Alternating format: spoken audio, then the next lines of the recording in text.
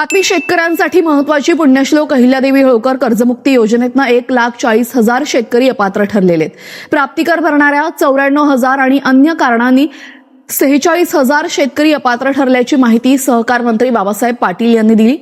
पात्र असलेल्या शेतकऱ्यांच्या खात्यामध्ये 2 दिवसांमध्ये रक्कम जमा केली जाणार असून त्यानंतर कर्जमाफीची दुसरी यादीही प्रसिद्ध होणार आहे। नमस्कार मित्रांनो, पुण्यश्लोक अहिल्यादेवी होळकर शेतकरी कर्जमुक्ती योजनेबाबत एक मोठी बातमी समोर आली आहे। अनेक माध्यमांमध्ये सुमारे 1,40,000 शेतकरी अपात्र ठरल्याची चर्चा सुरू आहे।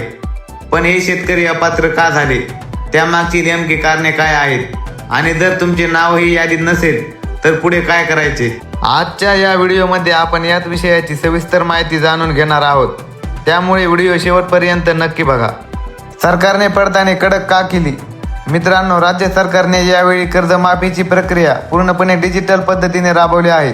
बँकाची माहिती, आधार, 7/12, पीक कर्जाची नोंद तसेच इतर सरकारी माहितीची पडताळणी केली जात आहे। यामुळे चुकीचे लाभार्थी वगळून फक्त पात्र शेतकऱ्यांनाच लाभ देण्याचा सरकारचा प्रयत्न आहे।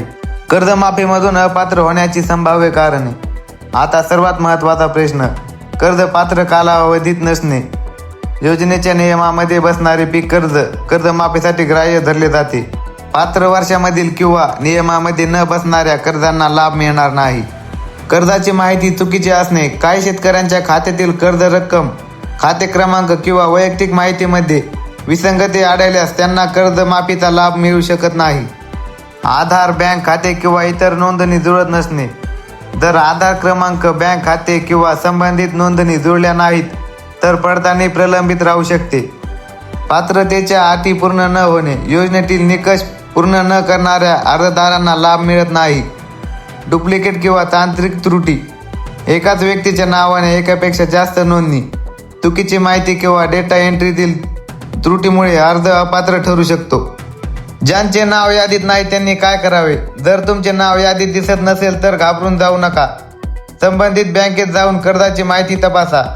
आधार आणि बँक खात्याची माहिती योग्य आहे का ते पहा। 7/12 आणि इतर कागदपत्रांमधील माहिती पडताळा। संबंधित विभागात किंवा बँकेकडे अवश्य असल्यास दुरुस्तीचा अर्ज करा। पुढील यादी आणि अधिकृत अपडेट्स वर लक्ष द्या। पुढे काय होणार?